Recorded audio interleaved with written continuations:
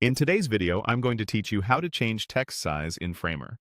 We'll walk through the exact controls you'll use in the right-hand panel to make your text look great and behave predictably across your layout. First, open your Framer project and head to the page where your text lives.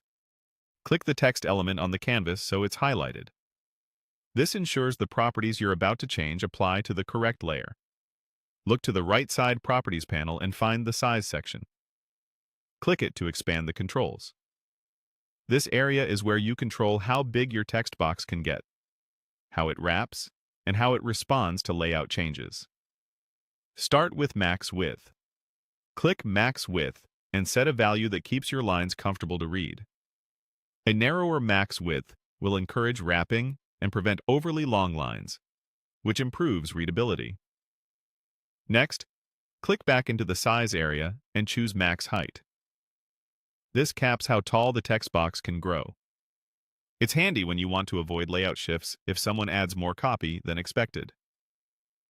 Return to the Size section and set min width.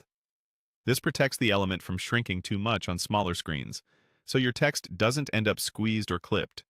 Then choose min height. Setting a minimum height prevents the box from collapsing and keeps your layout spacing consistent, even if the text gets shorter. Now fine-tune the related layout options in this area. Click through the available alignment and constraint controls so the text aligns the way you want and responds correctly as the page resizes. These quick clicks help you confirm the element's behavior without adding extra padding or margins in other places.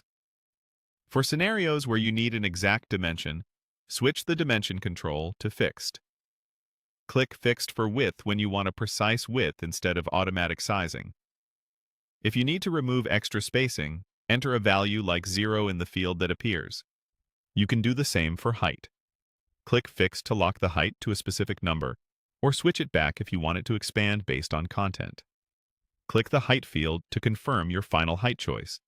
If your goal is to change the visual size of the text itself, remember that the text size is ultimately defined by the typography settings. The Size section you've been using controls the box the text sits in, which affects wrapping and layout. When you're satisfied, click Publish to push your changes live. That's it. Your text size and its container behavior are now set, giving you clean, readable typography and a predictable layout.